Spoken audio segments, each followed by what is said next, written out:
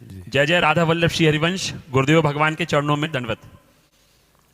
महाराज जी, मेरा प्रश्न यह है कि जिस व्यक्ति ने जीवन में कभी भी भक्ति नहीं की है और अगर धाम का वास मिला, इस पर भी भक्ति नहीं की और धाम में मृत्यु हुई, तो क्या वह भगवत प्राप्ति कर पाएगा? हो जाएगी। उसकी भगवत प्राप्ति धाम के प्रभाव से हो जाएगी।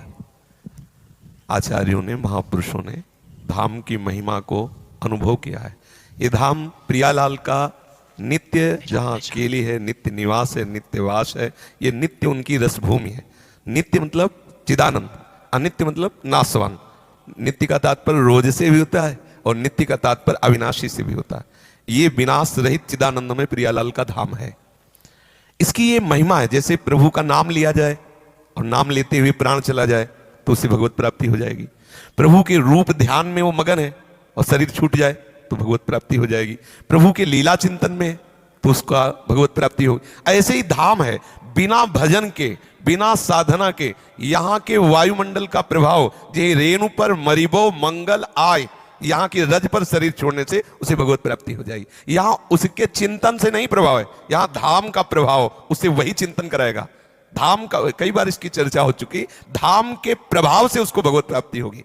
उसने भजन नहीं किया, भजन नहीं कर रहा है, पर वो धामवासी है। जैसे शायद आप समझ पाओ, ऐसे जब माह के महीने में मकर संक्रांति का संयोग आता है तो बहुत से अपने भारतवासी और अन्य भी देशवासी पुण्य लाभ करने के लिए तीर्थराज प्रयाग जाते हैं और एक महीना वहां वास करते हैं और दान पुण्य आदि करते हैं।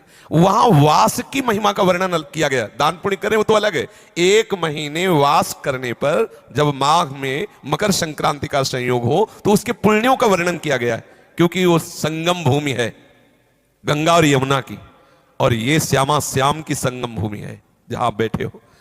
यहां प्रयागराज भी आकर निष्पाप होने के लिए इस रज में लौटता है।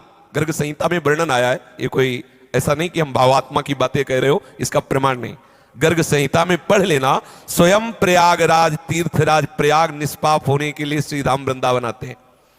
अब वहां एक महीने वास का इतना प्रभाव वर्णन किया गया, और यहां रजरानी में अगर उसका शरीर छूट जाता है, वो वृंदावन वासी है, उसने भजन नहीं किया, तो चार हैं भजन के हेतु: नाम जप करना, रूप का ध्यान करना, लीला गायन लीला चिंतन करना और धाम वास करना। तो जो गति उन तीन से होती है वही गति धाम वास से होती है। ये अपने आप में सिद्ध भजन है। और कहीं धाम वास करते हुए भजन कर लिया फिर तो क्या कहना है।